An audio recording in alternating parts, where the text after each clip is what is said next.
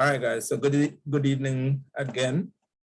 So today we are continuing from where we left off yesterday, and we're on graph.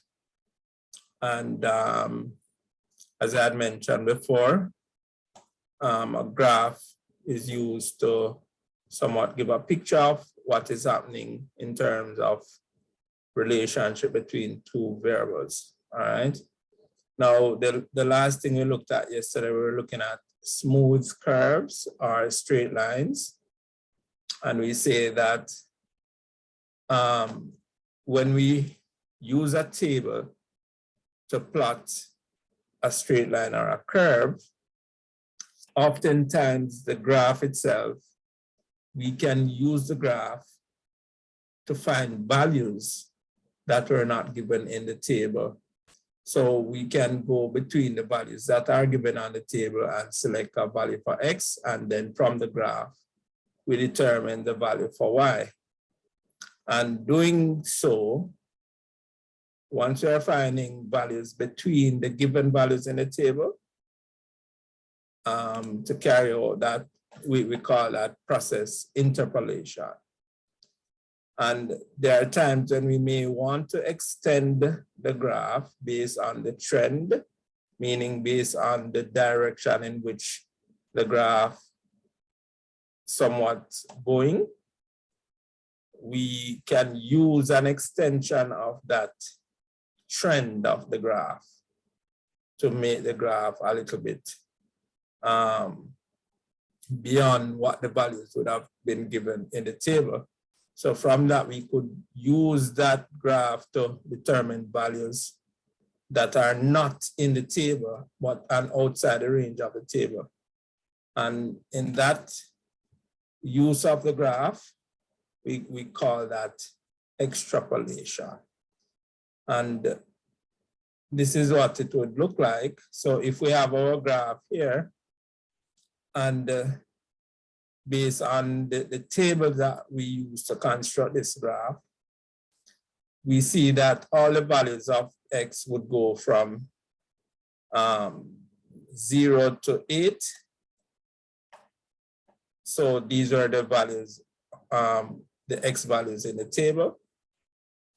Now, we would have plotted the corresponding values for 0 to 8 in the table, but if we look in the table, we realize that we don't have the value 1, we don't have the value 3, we don't have the value 5, and we don't have the value 7.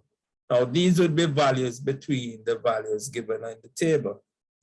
But we are saying that just using the graph, we could actually determine from the graph if we decided that we want to find out what would be the value of 3. Now we could just look at the graph, find where 3 would occur. And in this case, we have these marks between the values. So 3 would occur between 2 and 4. So we would have 3 right here. And so what we could do if we want to use a graph based on this trend to find out what the value of 3 would be in terms of Y, then all we have to do is from the location on the x-axis where 3 is, we just draw a vertical line to meet the curve. And then from the curve, we draw a horizontal line to meet the y-axis. And once we meet the y-axis, then we determine the value that we would have there, which would be 9. All right. So we say that using the graph or the curve in this way, finding a value for 3, which was not on the table or in the table. So we're finding 9 to be Y when X is 3, but 3 was not given in the table. So using the curve in this way is what we call interpolation. All right. So we could do that for other values too as well. We could do that for 5. So we could look at what 5 would be by finding 5 on the x-axis, draw a vertical line to meet the curve, preferably a dotted line. And then once we meet the curve, we go across horizontally. And then now we read the value that we'll get off that. Now, these dotted line, you could use your ruler to give you an accurate line. And so based on the value for 5, the y value for x equal 5 would be 25, right? So that would give you y to be 25 when x is equal to 5. All right. And so we could also do it for 7. Now, there's a special relationship with the x value and the y value.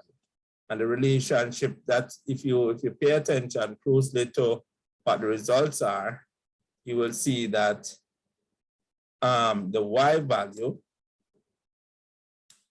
is equal to the square of the x value. So y is equal to the x value square. So when you square the x value, you get the y value. So when you square 2, you get 4.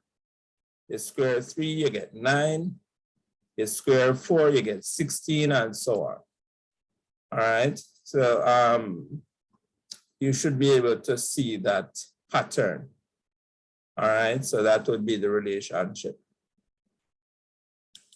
All right. Any question, guys? Is this straightforward to you? Now, we can also look at the trend of the graph. Now, when we say trend, we are talking about the direction in which the graph is trending. So let's say that values beyond 8 would not be in the table.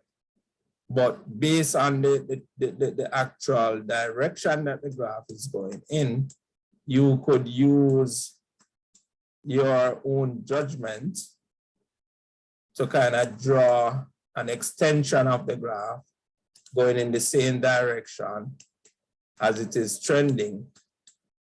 And from that extension, you could use the same curve to determine now a value for an x value that is beyond 8. So let's say the x value is 9. Now you would look for 9 on the x-axis and draw your vertical line to meet your curve, just as before. And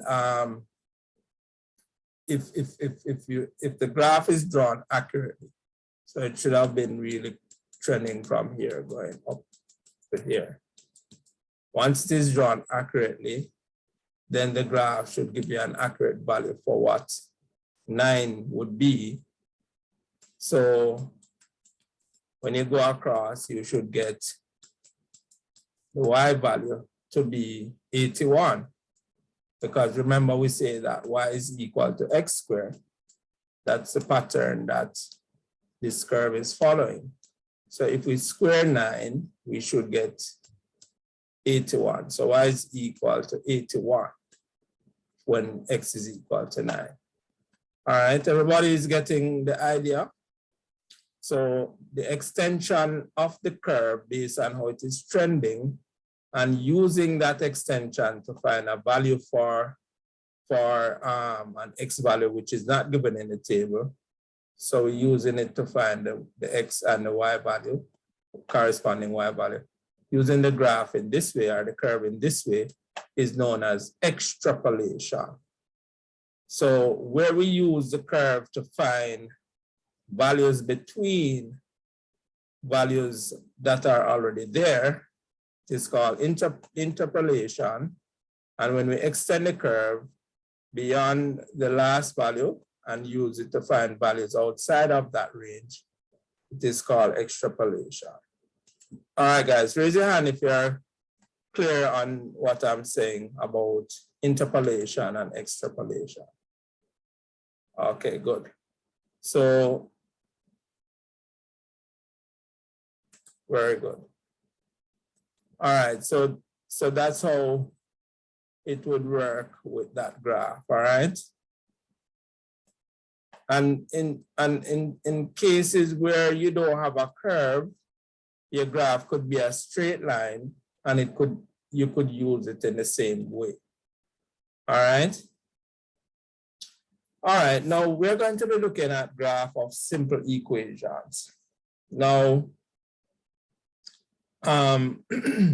we know that we have not really gone into so much of equation yet in the algebra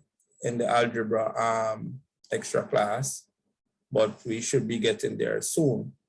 But let us consider what a simple equation is. Now, a simple equation would be like the one that we have here, y equal to 2x plus 5. Now, what makes this equation a simple equation? The variables that we have, x and y, if you notice that there's no power above them. Now, when there's no obvious power above any of the variables, then we know that there's always an invisible one that these variables raise to. So the power for these would be 1, all right? But generally in maths, we don't write that 1 above the number, but every number is raised to the power 1, because it means that if you raise a number to the power 1, then it means that you will get back the same number. All right. Now, whenever you have an equation where the variables are raised to the power 1, those equations are referred to as simple equations. All right. And so when we're looking at graph of simple equation, you will find that the variables won't be raised to any power greater than 1. And one thing about the graph of simple equations is that they always give you a straight line when you plot them, all right? So it doesn't matter, how the equation is written. Once the variables don't have any power greater than 1, you will get a straight line. So what we're going to be looking at now is how we can draw our graph or plot our graph of simple equations. All right, so when x is given any value, we can calculate the corresponding y value. So what it means then, if we are given an equation, and in this case, this simple equation, and we are asked to plot the equation. Now we can simply just draw up a table, and from the table, we can do the calculation for the y value, because we know that the equation here tells you what the value you should get for y if you know the value for x. So if you know the value for x, you can calculate the value for y by substituting that x value in the equation and calculate our y value. So we're going to do this in a tabular form or a table form. But let us, all right, I'm sorry guys, I realized that I was frozen just now, so I'm not sure if you were hearing me. But we are going to look at the equation now. We're going to look at what the y value would be if we are given a set of values for x. So when we are given that x is equal to 0, now we can substitute this x value in the equation where the x is. So we can substitute 0 for x and do our calculation. So when x is equal to 0, y is equal to 2 times 0 plus 5, which give you 7, which give you 5. So in this case, x equals 0 and y would be equal to 5. Now, when x is equal to 1, we do the same thing. Y is equal to 2 times 1 plus 5. And in this case, we'll have 2 times 1 is 2 plus 5 give you 7. So y is equal to 7. All right, so we could just do that for a range of values for x. And then we could do the calculation like that. Now we could then now put these on a graph, right?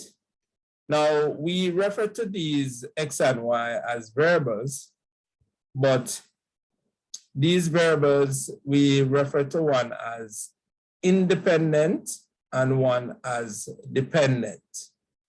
Now, in order to get your y value, you must have x values.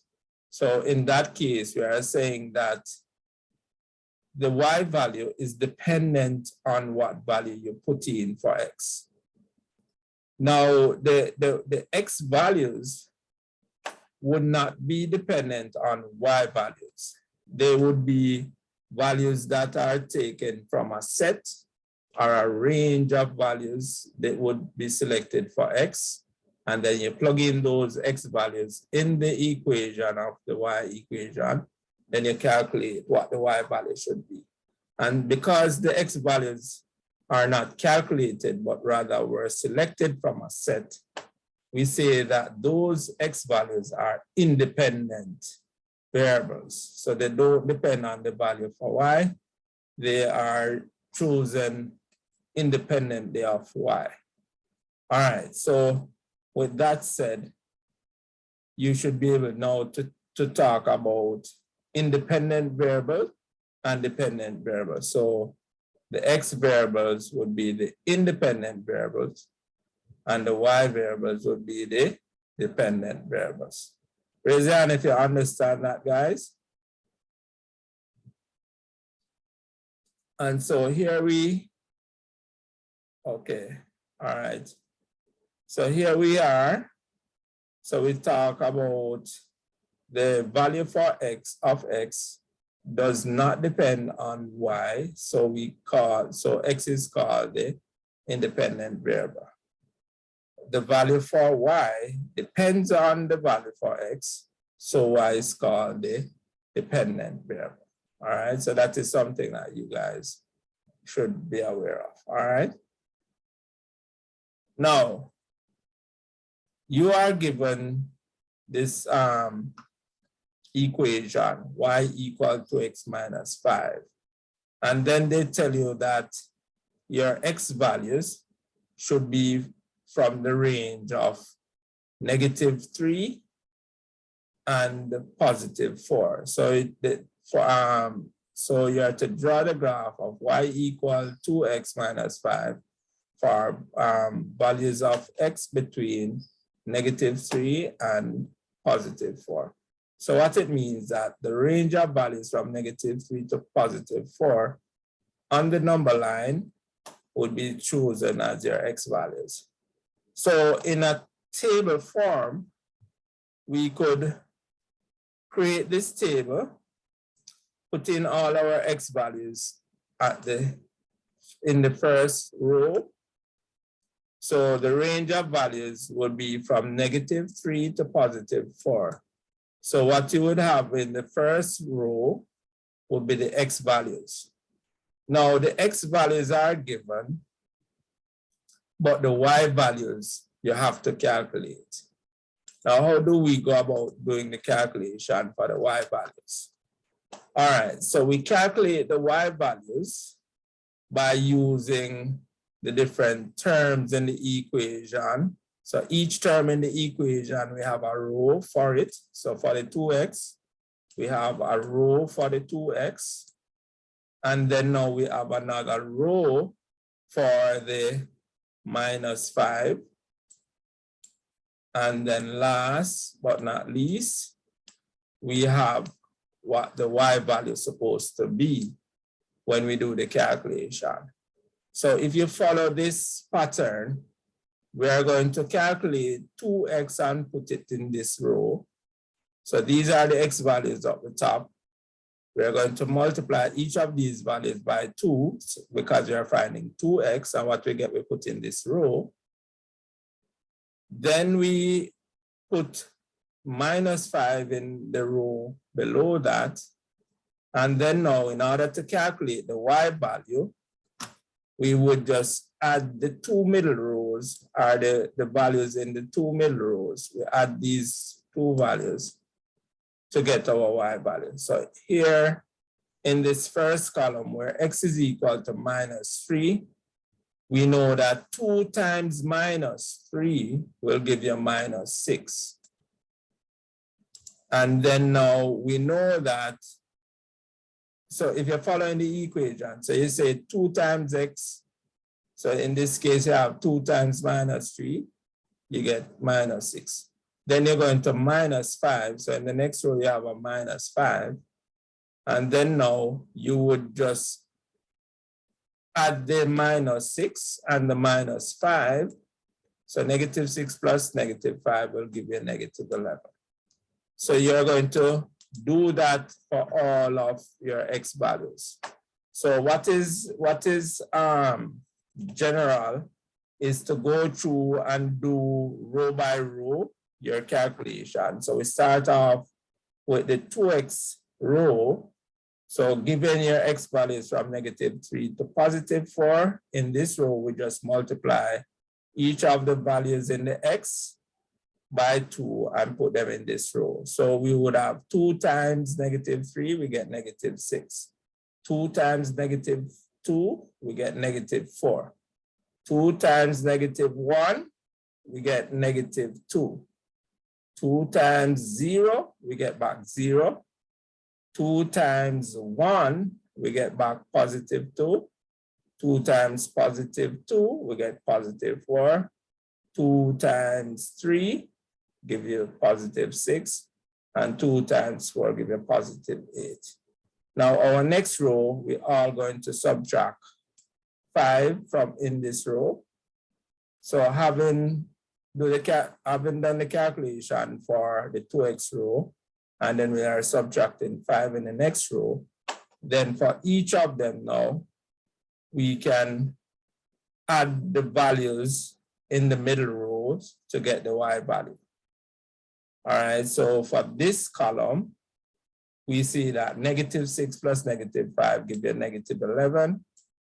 So that's the first y value when x is -3. So when x is -2, you're going to add -4 plus -5, you get -9. And that will give you the y value when x is -2. And then we're going to add, for the next column, we see that x is -1. So we're going to add -2 plus -5, give you -7. For the next x value, which is 0, we add 0 plus -5, we get -5. The next column where x is 1, we're adding +2 plus -5. And remember now, once you're adding a positive and a negative, take away the smaller one from the larger one and keep the sign of the larger one. So we take away 2 from 5 and keep the negative sign of the 5. Here we have when x is 2, we have 4 minus 5. Take away 4 from 5 and keep negative, so we get -1. For x equal to 3, we have 6 minus 5, so we have a +6, taking away 5, and that gives us a +1. Now for x equal 4, we have 8 minus 5, so we take away 5 from 8, we get a +3. All right, guys, so this would give us our calculation for our x values in the table. So the calculation is done in this table.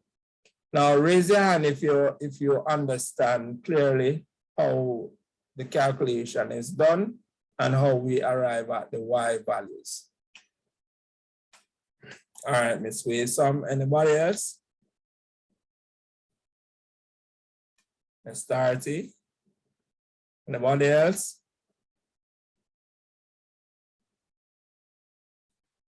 All right, now guys, you will have to be able to do these calculations because oftentimes if you get a graph question, you will only get this information up here.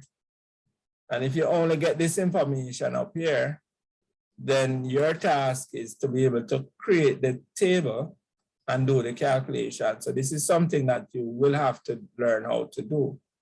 All right. Now, once you have done your calculation, then now what you're going to plot on your graph, you're going to plot your corresponding X values with the corresponding Y values. So your first point would be -3 and -11 on your graph, right? So that's the first point that you're going to plot. And then the second point, you use the corresponding X values with your Y value. So you would now have X equal -2 and Y is equal -9. So that's the next point. And you do that for all the corresponding X and Y values. All right. And then now you plot these points on your graph as soon as you have decided on your scale and so on. All right. Now, let me clear this. Now, is everybody clear on what we are doing here? Raise your hand, please. All right, so our next step then would be to plot a graph. Now, we can do this on a, there's a online graph, what do you call it? There's an online graph calculator that you can use to plot these equations, right? And down here is the link for that online graph calculator. Now I can put this link in the I can send it in the, what you call it, in the WhatsApp group. And so you could go and click on this and check out the online graph. And then now you could actually type in your equation and see what the graph look like. So this is something that I would like you guys to try to work with. Now you can use this to help you to check your graph. But in reality, you will have to be able to do it yourself on a graph paper. All right, but you could always use this online graph calculator to help you to see what your graph should look like. All right. All right, so moving on. Now, this is what our graph paper should look like. Now, of course, you're going to have your x-axis and your y-axis, but in order to accurately draw your graph, there are some things that you need to bear in mind. Now, first and foremost, if we go back and look at the table, what you would have noticed with the table is that your range of x values would go from -3 to +4. If you count all the x values to see how many you have in total, you have 1, 2, 3, 4, 5, 6, 7, 8. So along your x-axis, you're going to need at least 8 centimeters for all of these to hold, right? Now for the y values, what you want to do is look at the smallest y value, which would be the largest negative that you have. Your smallest y value is the largest negative y value. So the smallest y value is -11. The largest y value is the largest positive value that you have. So you need to look for those two values. the smallest y values, your largest y value, and you're going to use those two values now to determine your scale for your graph. So you see where you are plotting a graph from a range of values of +3 to -11 on your y-axis, and a range of +4 to -3 on your x-axis, all right? Now I'm going to just show you on this, and then hopefully I could look at the graph paper and actually show you how to construct this graph, and then you're going to try and do it on your own. All right, the thing that I want to do, I'm going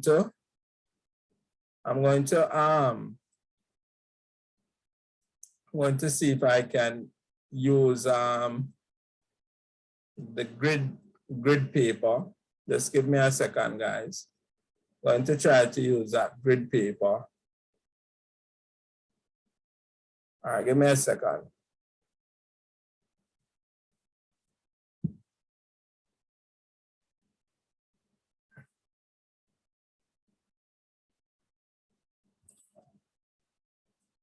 All right.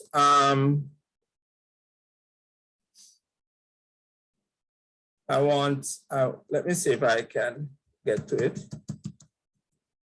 No, I'm not. All right. I want someone, Miss Waysome? Miss Waysome? Yes, sir. All right, I want you to do me a favor. Could you take a screenshot of this table for me?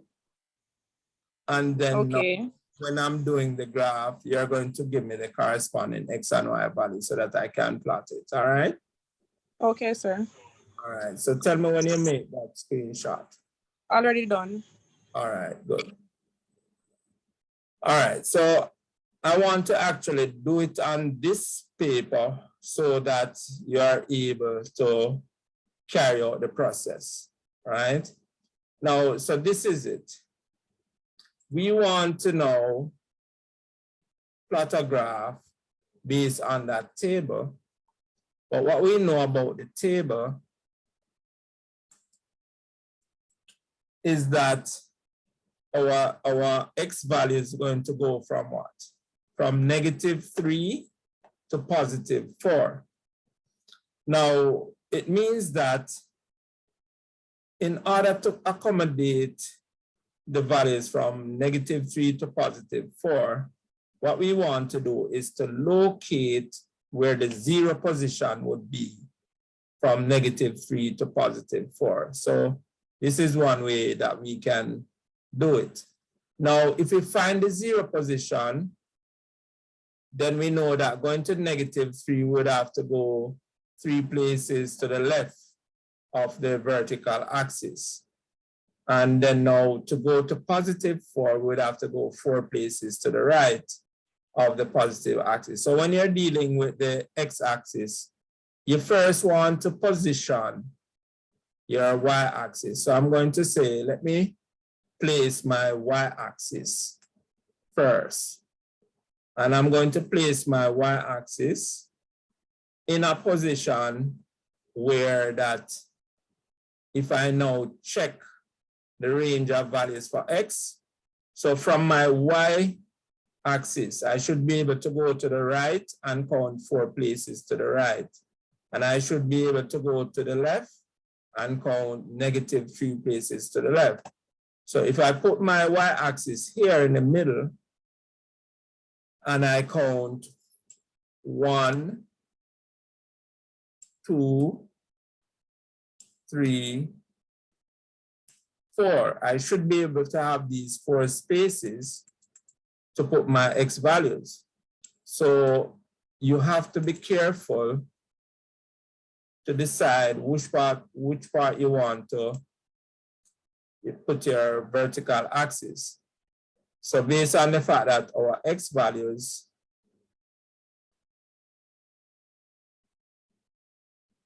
give me a second, let me see if I can quickly draw the table. All right, so let's say that this is our x and y values. All right, Ms. Waysome, now I'm going to ask you now to give me the X and Y values, but just give me a chance to write these first, all right? So Okay, your sir. values are above. I pretty much kind of know the X values already. So you would have -3, -2, -1, then we would have 0, then we would have 1, 2, 3, and 4, right? So because we have from -3 to -4, it means that our axis to the left of the vertical axis, we must be able to have enough space to accommodate -1, -2, and -3. To the right of our vertical axis, we must be able to have enough space to accommodate +1, +2, +3, and +4. And so that's why you have to look at your values first before you decide where to put your axis. So when you're going to determine which part are how many spaces to the left or right for the x-axis, for the x values, you have to draw your vertical axis in a position where when you count to the left, you have enough places for the negative, and when you count to the right, you have enough places for the positive. All right, so this position where I put my y-axis will give us enough space so that I can put these values of the positive x to the right, put the values of the negative values to the left of the vertical axis. Now, what I want you to do now, Ms. Waysome, is to give me now the corresponding y values from -3 go all the way up. So for -3, you would have 11, sir. -11. Right, darling. So we have -11. The other one would be what? -9. -9. The other one? -7. -7. -5. -5. -3. -3. -1. -1. Now we're at +1. 1. And 3. 3. All right. So now what we want now, we want to be able to accommodate how many negative values we have in the y. We have 1, 2, 3, 4, 5, 6 negative values in the y. So what we want to do now, we want